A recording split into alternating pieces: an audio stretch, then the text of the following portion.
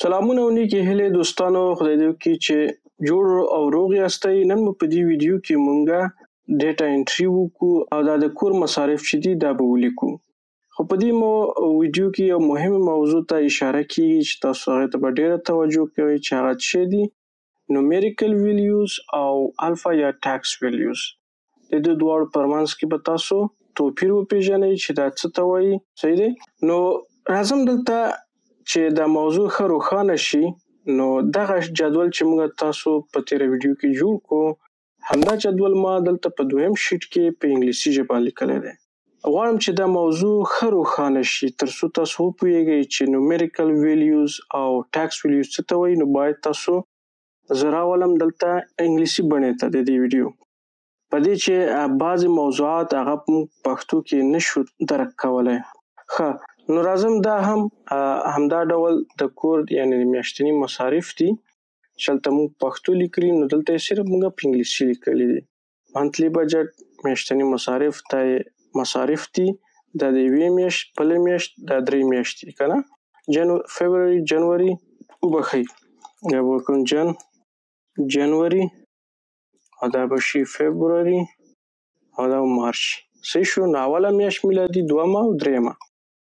دلته بیا چې دی رینټ یا د کور کرایه، یوټیلیټي بیلز بیل، برېښنا لکه د اوبو بیل، برېښنا بیل، انټرنیټ مصارف ده، سکول فیس د سکول د وړو ماشومانو د کورسو یا د مکتب فیسونه دي، همداسې هم دا خوراک کباب. مجموعه یې دلته لیکل شوی، دلته کاټ ماټ لکه ده، صرف دا په انګلیسي ژبه دی. نو امید چې تاسو کنفیوز نشئ ورسره. ښه، راځم اوس به موږ دا مصارف لیکو. صحیح دی؟ فرض مثال موږ کرایه ورکوو 6,000. صحیح دی؟ ما مطلب 6,000 افغانۍ دی. بیا دلته به هم هره میاشت خو یو ډول وي. صحیح شو؟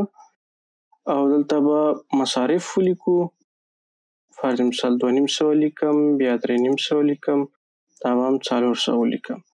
د مکاتبو فیسونه هم عموما یو ډول وي.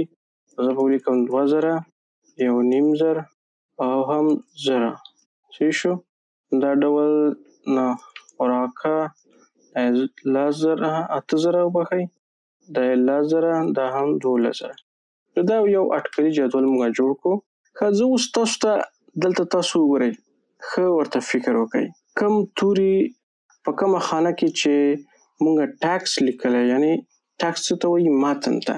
په هغې کې چې وي ABC توري وي، یا په پښتو کې موږ ورته ویلی شو الف با توري. صحیح دی؟ نو کوم کې چې الفابیټیکل تورز وي هغې ته موږ وایي الفا ویلیوز، یا موږ هغې ته ویلو ټاکس ویلیوز. دا کې څه دی چې دلته موږ یو متن لیکو، یو عنوان لیکو. او کم چې نومیریکل ویلیوز وي هغه چې دی حساب د شماره ده، 1 2 3 4 5 دغسې، دې ته موږ نومیریکل ویلیوز وایو. یا نمبر، لنډه دا چې نمبر ته چې وي نومیریکل ویلیوز. الفبا توري چې پکې وي د انګلیسي یا پښتو هغې ته چې وي الفا ویلیوز یا ټاکس ویلیوز. څه شو؟ ټاکس په پښتو کې څه ورته وایي؟ متن. الفا یعنی الفبا توري. نو د الفبا توري چې دي دلته تاسو وینئ، او دې خوا ته هم نومیریکل ویلیوز یا اعداد و شمار دي. ښه، د پیکسل کې چې تاسو ښه درک کړئ، نومیریکل ویلیوز دلته اکسل په یو بل ترتیب باندې لیکلي او الفا ویلیوز یې په یو بل ترتیب باندې. تاسو وګورئ چې نومیریکل ویلیوز چې دلته لیکل شوي هغه د هر سیلز ښي طرف ته داسې شروع کیږي، دې خوا ته ځي. صحیح دی؟ وینئ دې طرف نه شروع کیږي، داسې ځي. صحیح دی؟ او کوم چې ټاکس ویلیوز دي یا الفا ویلیوز دي یا متن دی هغه څنګه کیږي؟ د چپ طرف نه ښي طرف ته ځي، په دې ترتیب باندې. خو پښتو کې بیا څنګه چل دی؟ که پښتو کې بیا موږ وګورو دا ترتیب بیا موږ ته نه ښکاري.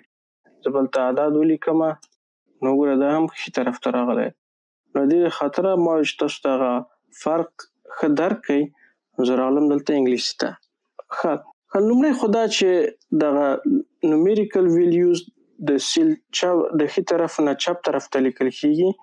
یو علت خو دا دی چې تاسو په اسانۍ سره د هغې فرق وپېژنئ چې متن کوم یو ده او نومیریکل ویلیوز کوم یو دي. تاسو به دا ووایئ چې دا خو ډېر اسانه دی، موږ پېژنو چې دا اعداد دي او دا هم متن دی. نه ځینې وخت کې نورې ویلیوز دي چې هغه بیا تاسو ته وینئ چې په ظاهره به تاسو ته شی ښکاري متن ښکاري خو هغه به وي نومیریکل ویلیوز چې هغه انشاءالله په دې راتلونکي ویډیو کې زده کوو. بل علت دا دی چې دا د ښي طرف نه چپ طرف ته دا نومیریکل ویلیوز لیکل کیږي نو هغه د اشاریه عددونو په خاطر. نو راځئ تاسو وګورئ زه د هغه فرض مثال د 6000 څنګه کوم 6000.55 لیکم او دلته څه لیکم 300.55 صحیح دی.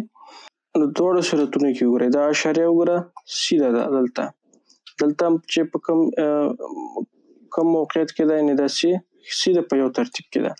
نو دې سره ډیټا څنګه ښکاري پاک او صاف او کلین ښکاري. خو که چېرته زه دا څنګه کوم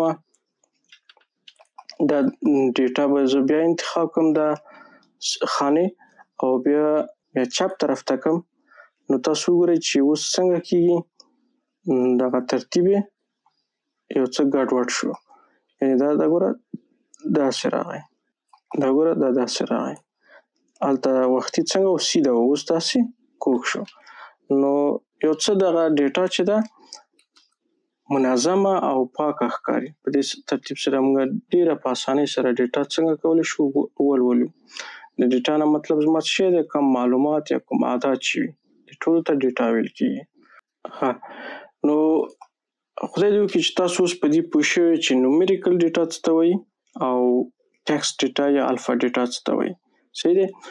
الفا ډیټا چې کوم الفبا توري وي رینج یوټیلیټي سکول دا چې دی فود دا ټول ټوټل دا هم دا چې دی د الفا یا ټیکسټ ویلیوز دي چې متن دی او دې خوا ته چې کوم ویلیوز دي چې دا موږ دلته په اعدادو باندې لیکلي دي دا نو نومیریکل ویلیوز دي یعنې دا نمبرز دي. نو انشاءالله بله ویډیو کې به موږ د دې یو بله بڼه ولولو چې هغه تاریخ ته آیا تاریخ نومیریکل ویلیو ده یا هم ټیکسټ ویلیو ده. په بله ویډیو کې ستاسو منتظر یم.